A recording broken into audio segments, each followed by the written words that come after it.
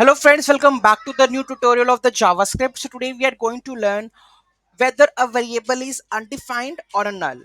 So here we are come up with the example. You can see that I'm just declaring a variable.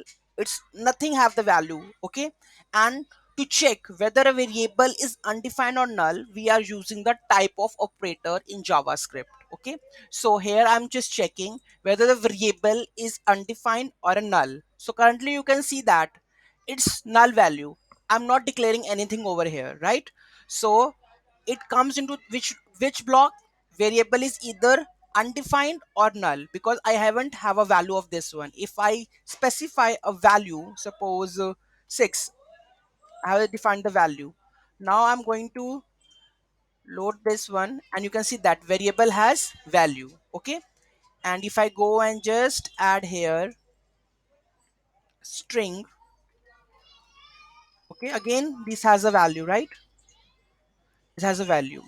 So this is how you are able to whether if this condition arises whether you want to check that the variable has undefined or a null value. So you can first check if sometimes you are just looping the values, right?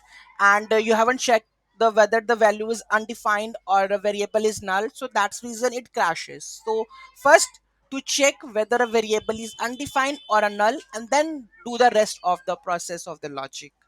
Okay, so any doubt, any query in that, let me know in the comment section. Don't forget to like, share and comment on my video. Have a nice day.